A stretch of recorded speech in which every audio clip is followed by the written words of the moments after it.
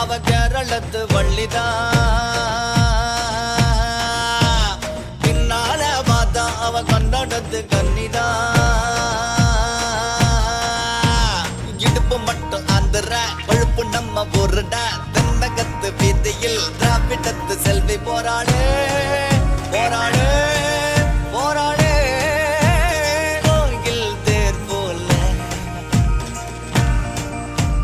தோத்த பாக்குறா, பத்த வைக்க பாக்குறா, தத்த நிக்கிறா, நெஞ்ச தூக்கி நிக்கிறா, தத்த பூக்குறா, போகும் போத பூக்குறா, தத்த வாங்குறா.